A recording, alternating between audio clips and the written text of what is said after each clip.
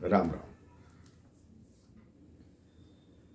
जैसा कि मैंने पिछले एक प्रसंग में बताया, किस तरह ब्रह्म ऋषि विश्वामित्र अयोध्या आकर महाराज दशरथ से श्री राम लक्ष्मण को अपने साथ ले जाने की बात करते हैं।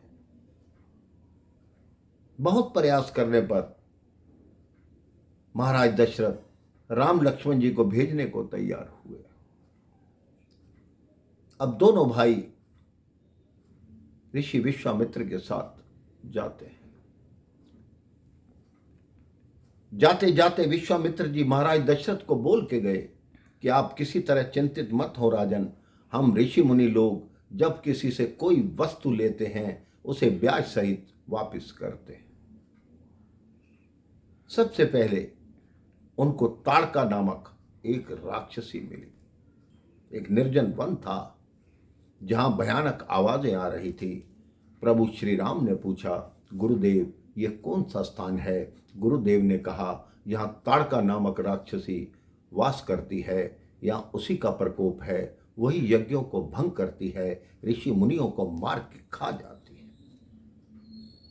प्रभु श्री राम ने संकोच किया कि हे गुरुदेव, एक स्त्री का वध कहां तक उचित है, चाहे वो राक्षसी है।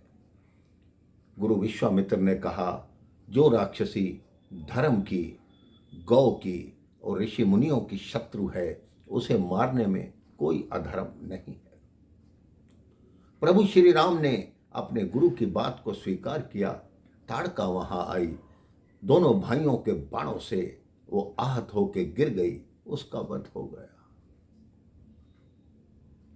अब दोनों भाई ऋषि के साथ आगे चले। मार्ग में उन्हें मारीच और सुबाहु, जो ताड़का के पुत्र थे, अपनी सेना के साथ वहां मिले। प्रभु श्री राम ने मारीच को आधा बाण मारा और सुबाहु को पूरा बाण मारा।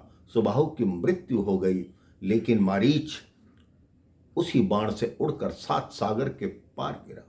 लोग कहते हैं कि प्रभु ने मारीच को आधा बाण क्यों मारा? प्रभु ने अपनी दूर दृष्टि से देख लिया, अगर मारीच को आधा बाण नहीं मारूंगा तो कल को रावण की सहायता कौन करेगा और आसुरी शक्तियों को मिटाने में इसकी सहायता कैसे मिलेगी? जब आगे प्रसंग आएगा तो मैं बताऊंगा मेरे भाई बहन कि मारीच ने रावण की किस तरह सहायता की। अब वो ऋषि आश्रम में यज्ञ चलता है, दोनों भाई पहरा दे रहे हैं। मार्ग में ऋषि विश्वामित्र ने दोनों भाइयों को बला एवं अति बला नाम की विद्या सिखाई। वो विद्या भी वहां सिखाई मेरे भाई बहन, जहां सरयू जाकर गंगा जी में मिलती है, जहां उन दोनों का संगम होता है। बला और अति बला ऐसी विद्या है जिससे भूख प्यास नहीं लगती, जिससे निद्रा नहीं आती। विश्वामित्र जी ने दोनों भाइयों को शास्त्रों का ज्ञान तो पहले था, शस्त्रों का महाज्ञान दिया। कुछ दिव्यास्त्र प्रभु श्री राम को प्रदान किए।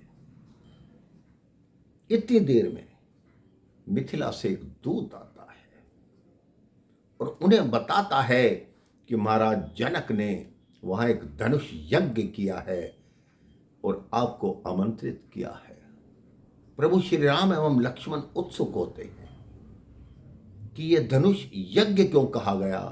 तब ऋषि विश्वामित्र जी ने कहा, जो राजा हैं वो विदेह हैं, ज्ञानी होकर राज्य करते हैं, उन्हें किसी से कोई मोह नहीं, कोई प्रेम नहीं, इसलिए वो हर कार्य को यज्ञ ही कहते हैं। तो प्रभु श्री राम ने कहा, ऋषिवर, क्या हम भी इस धनुष यज्ञ को देखने के लिए चल सकते हैं? ऋषि विश्वामित्र ने कहा कि वास्तव में ये धनुष यज्ञ राजकुमारों के लिए है। तो श्री राम जी ने कहा, फिर तो बड़ा महान उत्सव होगा, हम भी देखना चाहेंगे। ऋषि विश्वामित्र ने कहा, हम कल प्रातःकाल ही मिथिला के लिए प्रस्थान करेंगे।